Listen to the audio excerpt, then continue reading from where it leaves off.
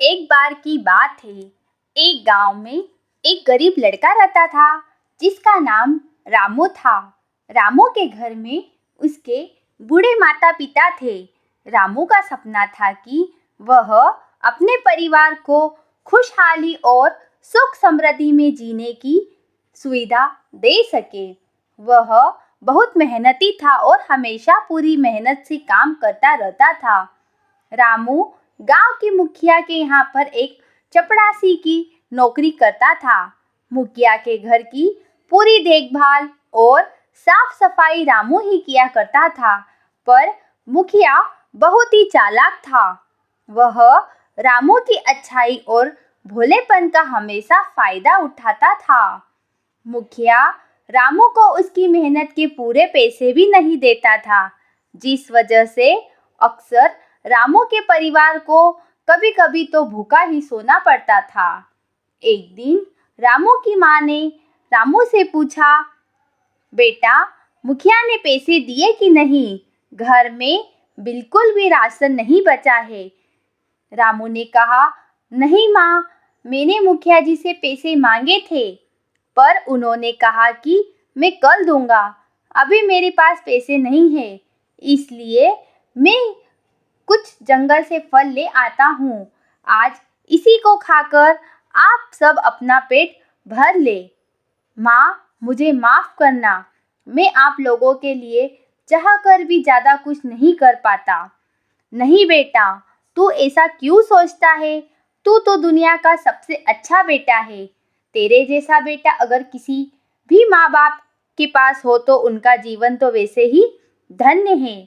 क्यों नहीं, आज हम यह फल खाकर ही अपने पेट की भूख को शांत करेंगे। आज वह सभी फल को खाकर सो जाते हैं।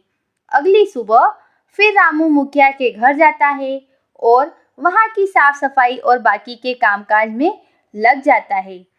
तभी वह देखता है कि मुखिया के घर पर एक साधु आते हैं और वह आवाज लगाते हैं कि भिक्षाम देहि भिक्षाम देहि। तभी मुखिया की पत्नी थाली में कुछ अनाज लेकर आती है। साधु महाराज, धन्य भाग हमारे जो आप यहाँ पधारे। जब मुखिया की नज़र साधु और अपनी पत्नी पर जाती है तो वह अपनी पत्नी को जोरदार फटकार लगाता है। अरे, यह तुम क्या कर रही हो? यह इतने सारे फल और यह अनाज यहाँ क्यों लेकर आई हो? क्या तुम यह सब इस गरीब भिखारी को देना चाहती हो? हे स्वामी, आप यह क्या कह रहे हैं? शुभ शुभ बोलिए। यह साधु महाराज जी है, आप ऐसे इनका अपमान ना करें, वरना परिणाम बहुत बुरा होगा। अच्छा, तो अब तुम मुझे सिखाओगी कि मेरा बुरा होगा या अच्छा? यह सब मेरी मेहनत की कमाई से आता है। यह सारे फल और अनाज ले जा करके घर में वापस रख दो। हमारे यहाँ पर कोई पेड़ नहीं लगा है जो सब में बांटते फिरे। और हाँ, तुम बड़ा घर देखा नहीं कि चले आते हो। हाथ फैलाए मांगने अभी निकल जाओ यहाँ से, इससे पहले मेरा गुस्सा और बढ़ जाए। मेरा ऐसा अपमान आज तक कभी किसी ने नहीं किया है। हे मूर्ख व्यक्ति, तूने आज एक साधु का अपमान किया है। याद रखियो, आज तेरे दर पर से एक साधु भूखा नहीं जा रहा, बल्कि तेरे द्वारा किया गया अपमान का विष पीकर जा रहा है और इसका पश्चाताप तुझे एक दिन जरूर करना पड़ेगा। ऐसा कहकर साधु वहां से जाने लगते हैं। तभी रामू उस साधु के पास आता है। साधु बाबा, आप मेरे मुखिया जी को माफ कर दीजिए। उन्होंने जो कुछ भी कहा वह अज्ञानतावश कहा है। बालक, हट जा मेरे रास्ते से, मैं बहुत क्रोध में हूँ। मेरी क्रोध की अग्नि तुझे भस्म कर देगी। माफ करिए साधु महाराज, मैं आपका गुस्सा समझ सकता हूँ, पर साधु महाराज, मेरी आपसे विनम्र प्रार्थना है कि आप मेरे घर चले, आपकी सेवा करने का मुझे सौभाग्य प्रदान करें। मेरा परम सौभाग्य होगा अगर मैं आपकी सेवा कर पाया। रामू की बातों से साधु महाराज का दिल पिघल जाता है और एक पल में ही उनका गुस्सा शांत हो जाता है और वह रामू के घर जाने को राजी हो जाते हैं। रामू साधु महाराज को घर लेकर जाता है।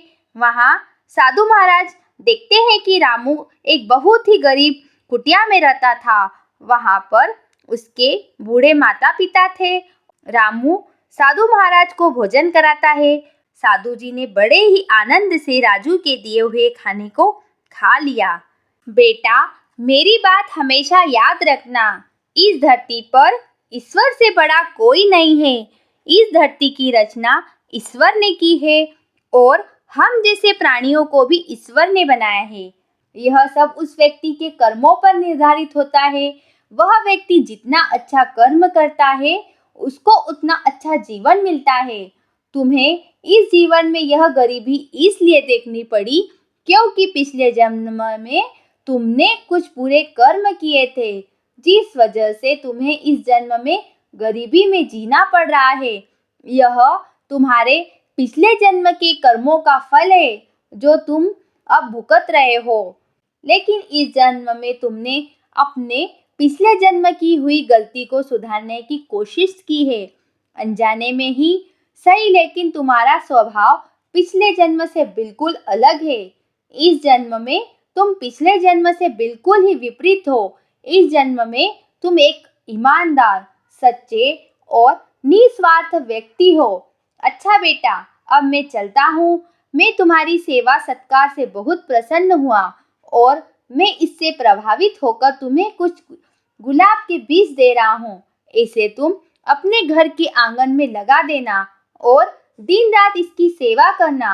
तुम जितनी इसकी सेवा करोगे उतना ही अच्छा फायदा तुम्हें इससे होगा। ऐसा कहकर वह साधु महाराज वहां से चले जाते हैं। साधु महाराज जी के कहे अनुसार रामू उस गुलाब के बीजों को अपने आंगन में लगा देता है और उसकी खूब देखभाल किया करता है।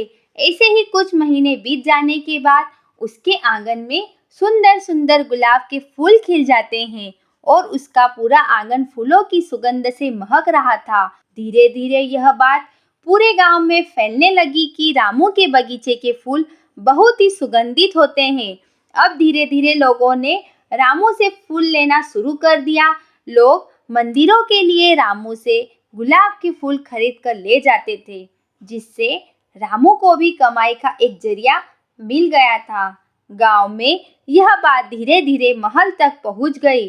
जब राजा को यह बात पता चली कि गांव में रामू नाम का एक आदमी है जिसके बगीचे के फूल सबसे सुगंधित होते हैं, तो बहुत सारे फूल लेकर राजा के दरबार में पहुंच जाता है।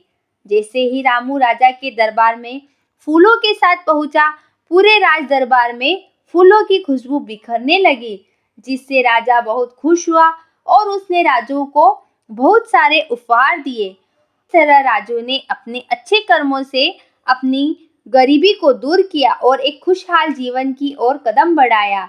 वहीं दूसरी तरफ मुखिया बहुत ही चालाक और बेईमान आदमी था। एक दिन उसके यहाँ पर सारे बेईमानी का पैसा पुलिस वाले उसके घर से बरामद कर लेते हैं, जिससे मुखिया को जेल हो जाती है। अब मुखिया की जिंदगी जेल की सलाखों के पीछे गुजर रही थी। मुखिया के साथ तो यह होना ही था, क्योंकि जैसा कर्म करता है उसका फल उसे वैसा ही मिलता है। दोस्तों, आपको यह कहानी पसंद आई हो तो हमारे चैनल दिव्य देवदृष्टि को सब्सक्राइब जरूर करें। साथ ही बेल आइकन को दबाएं, जिससे आपको आने वाली ऐसी सुंदर सुंदर कहानियों के नोटिफिकेशन मिलते रहे। जय श्री कृष्ण।